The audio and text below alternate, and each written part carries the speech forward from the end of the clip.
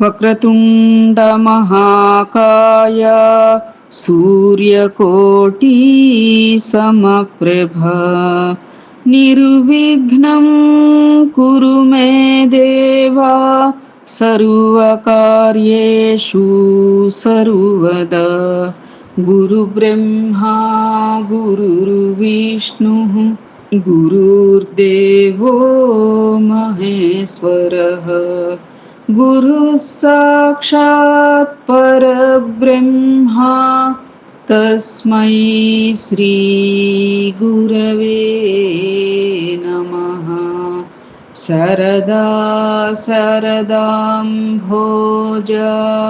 వదనా వదనాంబుజే సర్వదా సర్వదాస్మాకం సన్నిధిః సన్నిధిం క్రియాత్. ఓం గం గణపతయే నమః. సద్గురవే నమః. శ్రీ మహాసరస్వత్యై నమః. మనం శ్రీ సాయి సచ్చరిత్రం 28వ అధ్యాయానికి చేరుకున్నామమ్మా. 27వ అధ్యాయ పరంగా మనం విష్ణు సహస్రనామ పుస్తకాన్ని శ్యామా గారికి రామదాసి వద్ద నుంచి తీసుకుని బహూకరించటం అంటే ఏ సమయంలో ఏ పుస్తకం ఏ పారాయణ ఎవరికి అవసరం అనేటువంటి అంశం కూడా గురు నిర్దేశితం ప్రకారంగానే జరుగుతుంది అన్నట్లుగా మనం భావన తీసుకోవచ్చు. తర్వాత దీక్షిత్ గారికి విఠల్ దర్శనం అని కాపర్దే దంపతుల గురించి కూడా మనం అంటే కాపర్దే గారి భార్య యొక్క భక్తి విశ్వాసాలను గురించి ఆమె యొక్క గత జన్మ గురించి కూడా సద్గురువు ఒకానొక సందర్భంలో చెప్పటమే కాక మృదువుగా ఆకర్షించేటువంటి కంఠంతో ఏం మంత్రాన్ని అన్నారు? రాజారాం అను మంత్రాన్ని ఎల్లప్పుడూ జపించుమను అన్నారు. మరి సద్గురువు ఎవరికి మంత్రోపదేశం అవసరం లేదు అని చెప్పి మనం ఆ యొక్క రాధాబాయి వృత్తాంతం ద్వారా చెప్పుకున్నాం కదా. మరి ఈవిడకి ఎందుకు అని అంటే అది ఎక్కడ ఎవరికి అవసరం అవుతుందో దాని గురించి వారు సద్గురువే నిర్దేశితం చేస్తారు తప్ప మన ఆలోచన రీత్యా మనం ముందడుగు వేయకూడదు కొన్ని అంశాలకి. అది ఇప్పుడు యాక్చువల్లీ ఈవిడ కాపర్దే గారి భార్య అడిగారా? లేదు. అలా గురు శుశ్రూష చేస్తూ ఉన్నారు. అంతేకాక ఆమె అనేక జన్మల నుంచి కూడా ఎంత సాత్విక గుణం కలిగిన మనిషి అని కూడా చెప్పడం జరిగింది. ఆ రీత్యా ఆమెకి తనంతట తానుగా సద్గురువు అలా ఉపదేశం చేశారు. ఉపదేశం అని కాదు, ఆ రాజారాం అనేటువంటి మంత్రాన్ని చేసుకోమ్మా, ఎప్పుడు ధ్యానిస్తూ ఉండు అని చెప్పి చెప్పినటువంటి వైనం మనం తెలుసుకున్నాం. తదుపరి నేడు కొనసాగించుకోవడానికి ప్రయత్నం చేద్దాం. శ్రీరామ జయ రామ జయ జయ రామ. శ్రీ సాయి అనంతుడు.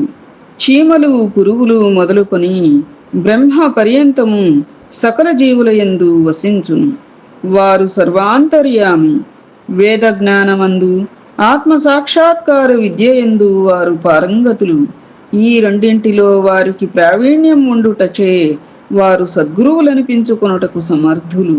పండితులైనప్పటికీ శిష్యులను ఎవరైతే ప్రేరేపించి ఆత్మ సాక్షాత్కారం కలిగించలేరో వారు సద్గురువులు కానేరరు. సాధారణముగా తండ్రి శరీరమును పుట్టించును, పిమ్మట చావు జీవితమును వెంబడించును. కాని సద్గురువు చావు పుట్టుకలను రెంటినీ దాటింతురు. కాబట్టి వారు అందరికంటే దయార్ద్ర హృదయులు. సాయిబాబా అనేక సార్లు ఇట్లు నుడిగిరి: నా మనుష్యుడు ఎంత దూరమున ఉన్నప్పటికీ, 1000 క్రోసుల దూరమున ఉన్నప్పటికీ పిచ్చుక కాళ్లకు దారము కట్టి ఇడ్చినట్టులా అతనిని షిరిడీకి లాగదను. అటువంటి 3 పిచ్చుకల గురించి ఈ అధ్యాయములో చెప్పుకొనిదము. లాలా లక్ష్మీచంద్. ఇతను మొట్టమొదట రైల్వేలోను, అటు తర్వాత బొంబాయిలోని శ్రీ వెంకటేశ్వర ముద్రణాలయమునందును, తదుపరి ర్యాలీ బ్రదర్స్ కంపెనీలోను గుమాస్తాగా ఉద్యోగం చేశాను. 1910వ సంవత్సరమున అతనికి బాబా సాంగత్యం లభించెను. శాంతాక్రజ్లో క్రిస్మస్ పండుగకు 1-2 మాసములకు పూర్వము స్వప్నములో గడ్డముతో ఉన్న ఒక ముసలివానిని చుట్టూ భక్తులు గుంపులు గూడి ఉన్నట్లు చూచెను. కొన్నాళ్ల తరువాత దాసగను కీర్తన వినుటకు తన స్నేహితుడగు దత్తాత్రేయ మంజునాథ్ బిజూరి ఇంటికి వెళ్ళెను. కీర్తన చేయనప్పుడు దాసగను బాబా పటమును సభలో పెట్టుట ఆచారము. స్వప్నములో చూచిన ముసలివాని ముఖలక్షణములు ఈ పటములో ఉన్న దానికి సరిపోయెను. కావున తాను సాయిబాబాను స్వప్నములో చూచినట్లు గ్రహించెను. పటము, దాసగను కీర్తన, తుకారాం జీవితము ఇవన్నీయు మనస్సున నాటి, అంటే అప్పుడు దాసగను గారు చెప్పుతున్నటువంటి హరికథ తుకారాం జీవితం అనే అంశం అన్నమాట. ఇవన్నీ మనస్సున నాటి లక్ష్మీచంద్ షిరిడీ పోవుటకు ఉవ్విళ్ళూరుచుండెను. సద్గురుని వెతకుటలోను ఆధ్యాత్మిక కృషి ఎందును దేవుడు భక్తులకు సహాయపడును అనునది భక్తుల అనుభవమే. ఆనాటి రాత్రి 8 గంటలకు అతని స్నేహితుడగు శంకరరావు వచ్చి తలుపు కొట్టి, షిరిడీకి వచ్చేదవా అని అడిగాను. అతని ఆనందమునకు అంతు లేకుండెను. షిరిడీకి పోవలెనని నిశ్చయించుకొనెను. వినతండ్రి కొడుకు వద్ద 15 రూపాయలు అప్పు పుచ్చుకుని కావలసిన ఏర్పాటులన్నీను చేసుకొనిన పిమ్మట షిరిడీకి పయనమాయను. రైలులో అతడు స్నేహితుడగు శంకర్రావును భజన చేసిరి. సాయిబాబాను కూర్చి తోటి ప్రయాణికులనడిగిరి. చాలా సంవత్సరముల నుంచి షిరిడీలో ఉన్న సాయిబాబా గొప్ప యోగి పుంగవులని వారు చెప్పిరి. కోపర్గాన్ రాగానే అతను బాబా కొరకు జామ పండ్లను కొనవలను అనుకొనెను. కాని ఆ గ్రామ పరిసరములను, ప్రకృతి దృశ్యములను చూచి ఆనందించి ఆ విషయమును మరచెను. షిరిడీ సమీపించుచుండగా వారికి సంగతి జ్ఞప్తికి వచ్చెను. అప్పుడే ఒక ముసలమ్మ నెత్తిపై జామ పండ్ల గంప పెట్టుకొని తమ గుర్రపు బండి వెంట పరిగెత్తుకొని వచ్చెను. అతను బండి నాపి కొన్ని ఎంపుడు పండ్లను మాత్రమే తీసుకొనెను. అంటే ఏరి కొన్ని సెలెక్టివ్గా తీసుకున్నారన్నమాట. అప్పుడు ఆ ముసలమ్మ తక్కిన పండ్లను కూడా తీసుకొని తన పక్షమున బాబాకు అర్పితం చేయుడని కోరెను. సాయిరాం. జామ పండ్లను కొనవలెననుకొనుట, ఆ విషయమే మరచుట, ముసలమ్మను కలుసుకొనుట, ఆమె భక్తి ఇవన్నీ ఇద్దరికీ ఆశ్చర్యమును కలుగచేసెను. ఆ ముసలమ్మ తాను స్వప్నములో చూచిన ముసలివాని బంధువై ఉండవచ్చును అనుకొనెను. అంతలో బండి షిరిడీ చేరెను. వారు మసీదుపై జెండాలను చూచి నమస్కరించిరి. పూజా సామగ్రితో మసీదుకు వెళ్ళి బాబాను ఉచిత రీతిన పూజించిరి. లక్ష్మీచంద్ మనస్సు కరిగెను. బాబాను చూచి చాలా సంతోషించెను. సువాసన గల తామర పువ్వును భ్రమరము చూచి సంతసించునట్లా బాబా పాదములను చూచి సంతసించెను. అప్పుడు బాబా ఇట్లనెను, టక్కరివాడు దారిలో భజన చేయును, నన్ను గూర్చి ఇతరులను విచారించుచుండును. ఇతరులను అడగనేలా, మన కండ్లతోడ సమస్తము చూడవలెను. ఇతరులను అడగవలసిన అవసరమేమిటి? నీ స్వప్నం నిజమైనదా కాదా అనునది ఆలోచించుము. మార్వాడి వద్ద 15 రూపాయలు అప్పు తీసుకుని షిరిడీ దర్శనం చేయవలసిన అవసరం ఏమిటి? హృదయములోని కోరిక ఇప్పుడైనా నెరవేరినదా? ఈ మాటలు విని బాబా సర్వజ్ఞత్వమునకు లక్ష్మీచంద్ ఆశ్చర్యపడెను. బాబాకు ఈ సంగతులన్నీ ఎటుల తెలిసినవా అని అతను ఆశ్చర్యపడెను. ఇందులో ముఖ్యముగా గమనింపదగినది, బాబా దర్శనము కొరకు గాని, సెలవు రోజు అనగా పండగ దినము గడుపుటకు గాని, తీర్థయాత్రకు పోవుటకు గాని అప్పు చేయరాదు అని బాబా అభిప్రాయం. తదుపరి అంశం సాంజా. మధ్యాహ్న భోజనమునకు కూర్చున్నప్పుడు లక్ష్మీచందుకు ఒక భక్తుడు సాంజాను ప్రసాదముగా ఇచ్చెను. సాంజా అంటే ఉప్మా అమ్మ. అది తిని లక్ష్మీచందు సంతసించెను. మనకు వినటాలు అలవాటైపోయి తినటం కూడా వినటంగానే అనిపిస్తోంది. ఆ మరుసటి దినము కూడా దానిని ఆశించెను. కాని ఎవరునూ సాంజా తేలేదు. అతడు సాంజాకై కనిపెట్టుకొని ఉండెను. 3వ రోజు హారతి సమయమునందు బాపూ సాహెబ్ జోగ్ ఏమి నైవేద్యం తీసుకురావలనని బాబాను అడిగెను. సాంజా తీసుకురమ్మని బాబా చెప్పెను. భక్తులు 2 కుండల నిండా సాంజా తెచ్చిరి. లక్ష్మీచంద్ చాలా ఆకలితో ఉండెను. అతని వీపు నెప్పిగా ఉండెను. బాబా ఇట్లనెను, నీవు ఆకలితో ఉండుట మేలైనది, కావలసినంత సాంజాతిను, నీ వీపు నొప్పికి ఏదైనా ఔషధం తీసుకొను. బాబా తన మనస్సును కనుగొనెనని లక్ష్మీచంద్రుండవసారి ఆశ్చర్యపడెను. బాబా ఎంతటి సర్వజ్ఞులో కదా అని అనుకున్నారట. ఇక్కడ ఔషధం తీసుకోమని ఎందుకు సూచించారంటారు? మామూలుగా ఏదైనా బాధ ఉంటే వెంటనే షిరిడి ఊదియో, లేదు ఎవరికైనా ఏదైనా ఈ పని చేయి వెంటనే నీ బాధ తీరుతుంది అని చెప్పేటువంటి వైనం ఎక్కువగా మనం చూస్తూ ఉన్నాం ఈ చరిత్రపరంగా కదా సద్గురువులు. మరి ఇతనిని ప్రత్యేకంగా ఔషధం తీసుకోమనంటే కర్మ పరిపక్వతకి అనేక విధాల ఆధ్యాత్మిక మార్గాలు ఎలానో అలానే కొన్ని అంటే కర్మలు త్రివిధ తాపాలుగా చెప్పుకున్నాం కదా, ఆది భౌతిక, ఆధ్యాత్మిక, ఆది దైవిక అని చెప్పి వాటల రీత్యా సద్గురువులు ఆలోచించి అలా కొన్ని అంశాలకి కొన్ని నిర్దేశనలు చేస్తూ ఉంటారు. తదుపరి అంశం దోష దృష్టి. ఆ సమయముననే లక్ష్మీచంద్ చావడి ఉత్సవమును చూచెను. అప్పుడు బాబా దగ్గుచే బాధపడుచుండెను. ఎవరిదో దోష దృష్టి ప్రసరించుటచే బాబాకు బాధ కలిగినదనుకొనెను. ఆ మరుసటి ఉదయము లక్ష్మీచంద్ మసీదుకు పోగా బాబా శ్యామాతో ఇట్లనేను, ఎవరిదో దోష దృష్టి నాపై పడుటచే నేను బాధపడుచున్నాను. ఇట్లు లక్ష్మీచంద్ మనస్సులో ఏమి భావించుచుండెనో అది అంతయు బాబా వెల్లడి చేయుచుండెను. ఈ విధముగా సర్వజ్ఞతకు కారుణ్యమునకు కావలసినన్ని నిదర్శనములను గని లక్ష్మీచంద్ బాబా పాదములపై పడి, మీ దర్శనము వలన నేను ఎంతో సంతోషించి తిని, ఎల్లప్పుడూ నా యందు దయాదాక్షిణ్యములను చూపి నన్ను రక్షించుము.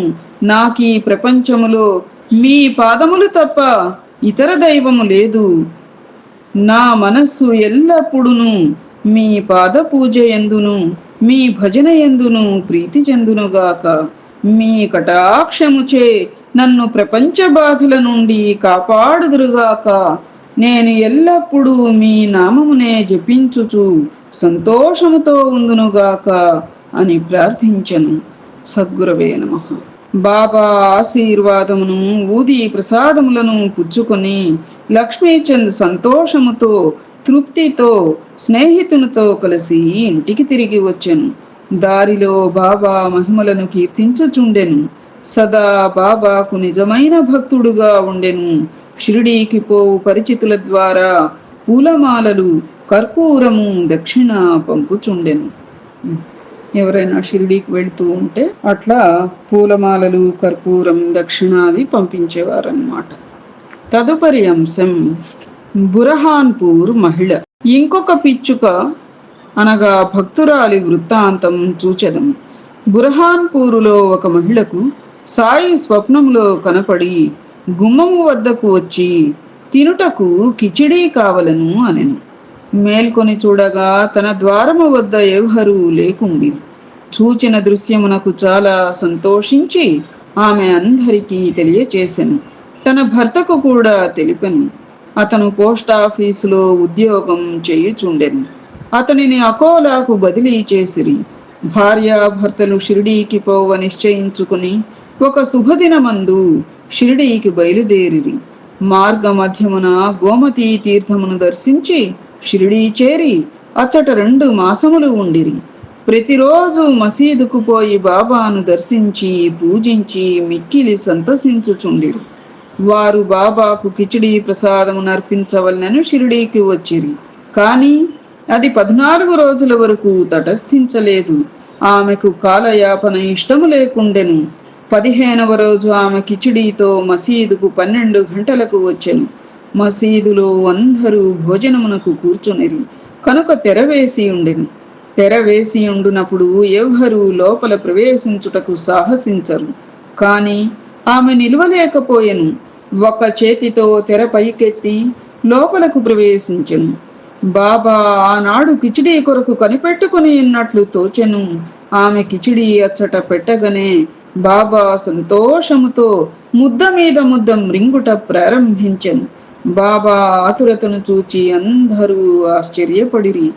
ఈ కిచిడీ కథను విన్నవారు బాబాకు తన భక్తులపై అసాధారణ ప్రేమ ఉండును అనుటను విశ్వసించిరి.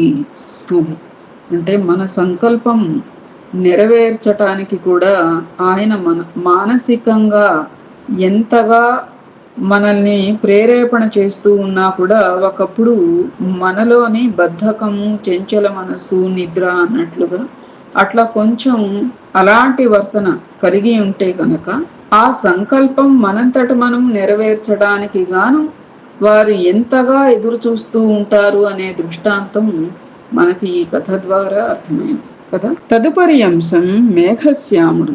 ఇక అన్నిటికంటే పెద్దదైన మూడవ పిచ్చుక గురించి వినుడు.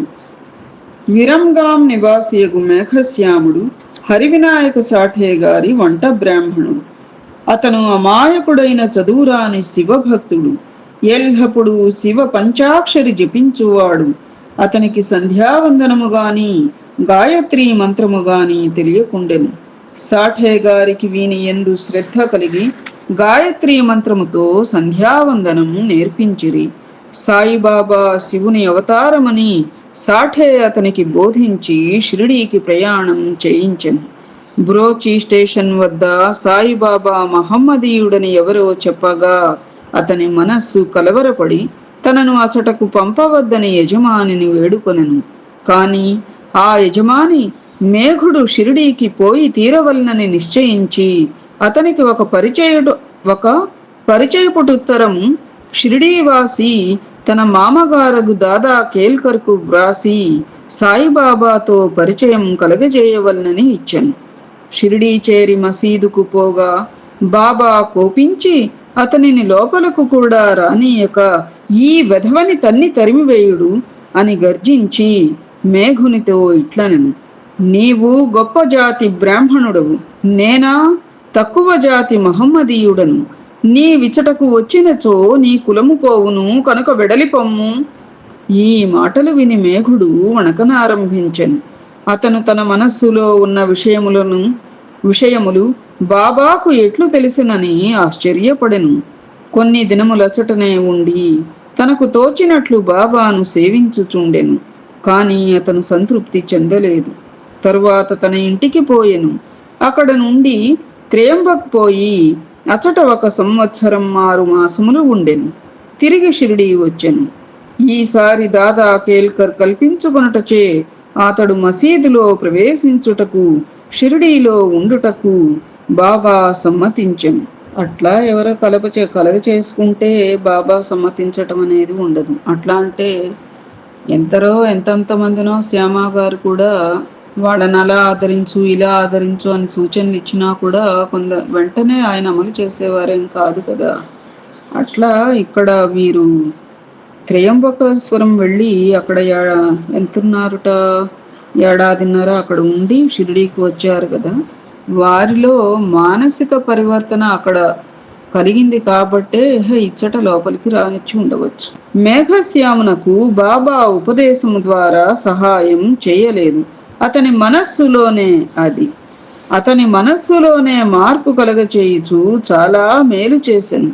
అప్పటి నుండి అతడు సాయిబాబాను శివుని అవతారముగా భావించుచుండెను. శివుని అర్చనకు బిల్వ పత్రి కావలెను.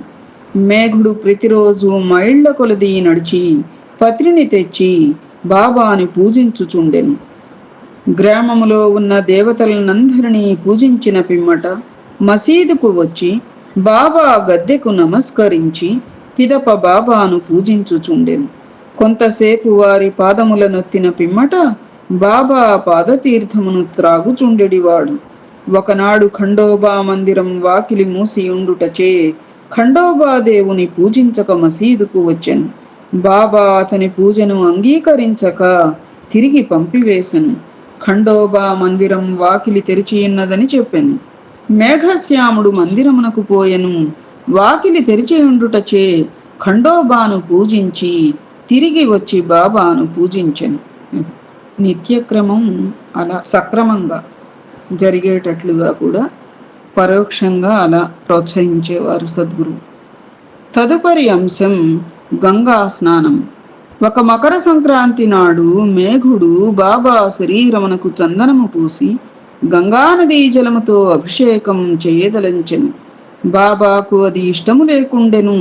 కాని అతడనేక సారులు వేడుకొనగా బాబా సమ్మతించెను. మేఘశ్యాముడు రాను పోను 8 క్రోసుల దూరము నడిచి గోమతీ నదీ తీర్థము తేవలసి ఉండెను. అతను తీర్థము తెచ్చి యత్నములన్నీయు చేసుకొని బాబా వద్దకు 12 గంటలకు వచ్చి స్నానమునకు సిద్ధముగా ఉండుమనెను. బాబా తనక అభిషేకం వలదనియు ఫకీరగుటచే గంగానదీ జలముతో ఎట్టి సంబంధము లేదనియు చెప్పెను. కాని మేఘుడు వినలేదు. శివునికి అభిషేకం ఇష్టము కనుక తనకు శివుడైన బాబాకు అభిషేకం చేసి తీరవలనని పట్టుబట్టెను.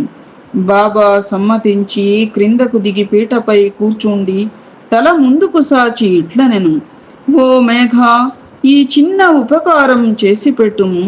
శరీరమునకు తల ముఖ్యము కావున తలపైననే నీళ్లు పోయుము, శరీరమంతటిపై పోసినట్లు అగును. అట్లనే అని మేఘశ్యాముడు ఒప్పుకొని నీళ్ల కుండను పైకెత్తి తలపై పోయే యత్నించెను. కాని భక్తి పారవస్యమున హరగంగే హరగంగే అనుచు శరీరమంతటిపై నీళ్లు పోసెను. కుండనొక ప్రక్కకు పెట్టి బాబా వైపు చూచెను. వాని ఆశ్చర్యానందములకు మేరలేదు. బాబా తల మాత్రమే తడిసి శరీరమంతయు పొడిగా ఉండెను. సాయిరాం. తదుపరి అంశం త్రిశూలము లింగము. మేఘశ్యాముడు బాబాను 2 చోట్ల పూజించుచుండెను. మసీదులో బాబాను స్వయముగా పూజించుచుండెను.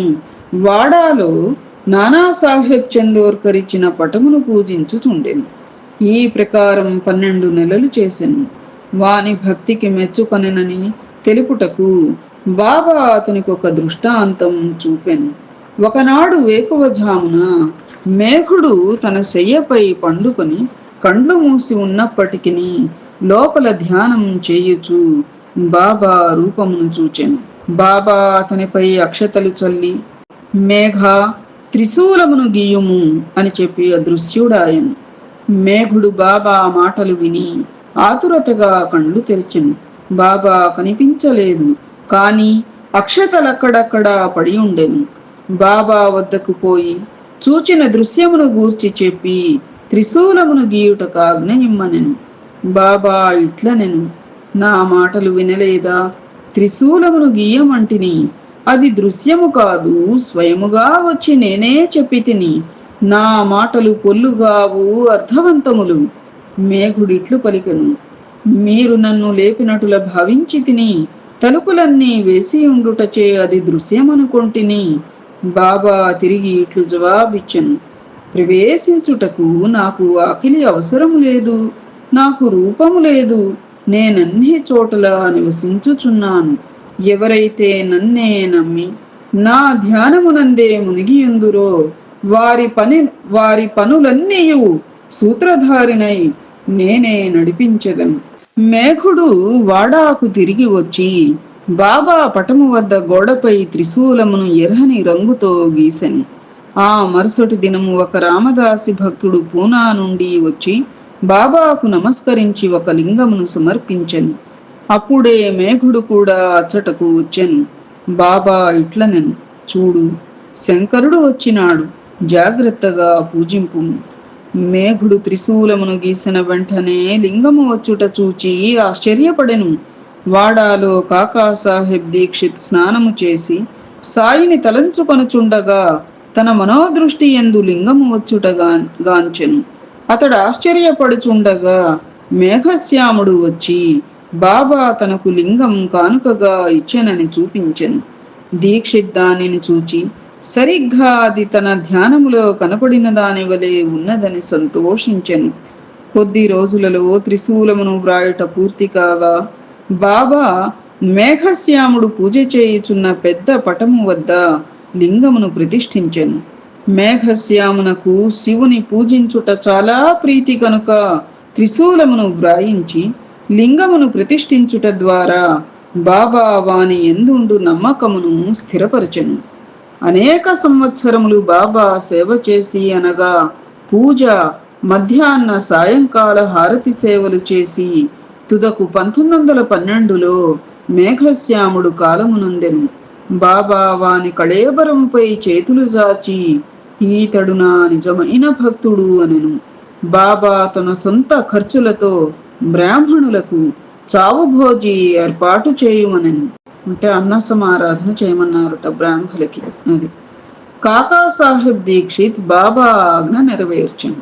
అంటే ఇప్పుడు ఒకటి చూసారా అమ్మా, త్రిశూలమును వ్రాయించి లింగమును ప్రతిష్ఠించుట ద్వారా బాబా వాని ఎందుండు నమ్మకమును స్థిరపరచెను. అంటే మనలో ఆ యొక్క భక్తి విశ్వాసాలని పెంపొందించేవారు సద్గురు. మన నమ్మకాన్ని, మనకి లౌకికులం కాబట్టి మన పూజ, మన ఆరాధన, మనం దైవికంగా ఆలోచించేటువంటి విషయాలు, గురు సంబంధితమైనవి, ఇవన్నీ కూడా సద్గురు దృష్టిలో ఉన్నాయి అనేటువంటి నిరూపణతో కూడిన ఆధ్యాత్మికతని సగటున జీవులం కోరుకుంటూ ఉంటాం. ఆ నిరూపణ మనకి సద్గురు కటాక్షంతో లభిస్తూ ఉంటుంది. తద్వారా మనకి నమ్మిక విశ్వాసాలు పెంపొంది మన యొక్క సాధన దశ ఇంకాస్త పరిణతి సాధిస్తుంది కావచ్చు కదా. ఈ రీతిగా మనం శ్రీ సాయి సచరిత్ర 28వ అధ్యాయం సంపూర్ణం. ఏతత్ ఫలం సర్వం సద్గురు చరణారవిందార్పణం అస్తు. సద్గురవే నమః. శ్రీమాత్రే నమః. శ్రీ సీతారామ లక్ష్మణ భరత శత్రుఘ్న సహిత హనుమతే నమః.